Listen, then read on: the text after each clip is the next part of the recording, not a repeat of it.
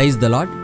పరిశుద్ధ గ్రంథమైన బైబిల్ నుండి ఈరోజు ప్రశ్న: యేసు చేసిన అద్భుత కార్యములను గురించి వ్రాస్తే ఆ గ్రంథములకు భూలోకమైనా చాలదు అని ఎవరు అన్నారు? ఆప్షన్ ఏ తోమా, ఆప్షన్ బి యోహాను, ఆప్షన్ సి ఇస్కరియోతు యూదా, ఆప్షన్ డి పేతురు.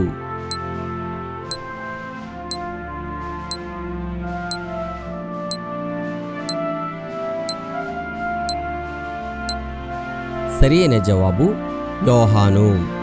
ఈ సంగతులను గూర్చి సాక్ష్యమిచ్చుచు ఇవి వ్రాసిన శిష్యుడు ఇతడే. ఇతని సాక్ష్యము సత్యమని ఎరుగుదుము. యేసు చేసిన కార్యములు ఇంకను అనేకములు కలవు. వాటిలో ప్రతిదానిని వివరించి వ్రాసిన ఎడల అట్లు వ్రాయబడిన గ్రంథములకు భూలోకమైనను చాలదని నాకు తోచుచున్నది. ఇది యోహాను సువార్త 21వ అధ్యాయము 24, 25 వచనములలో వ్రాయబడి ఉన్నది. నా శ్రమలో నేను యెహోవాకు మొర్రపెట్టి తిని ఆయన నాకు ఉత్తరమిచ్చెను. కీర్తనల గ్రంథము 120వ అధ్యాయము 1వ వచనం. Have a nice day.